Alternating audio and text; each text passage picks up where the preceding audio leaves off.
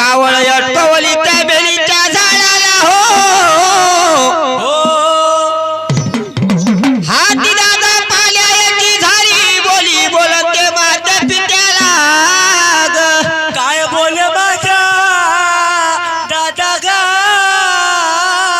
भावा आणि येतो बले पाणी मी घेऊन हो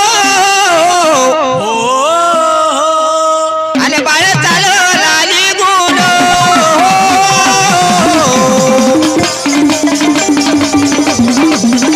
हो बाळ चालव लाली गुण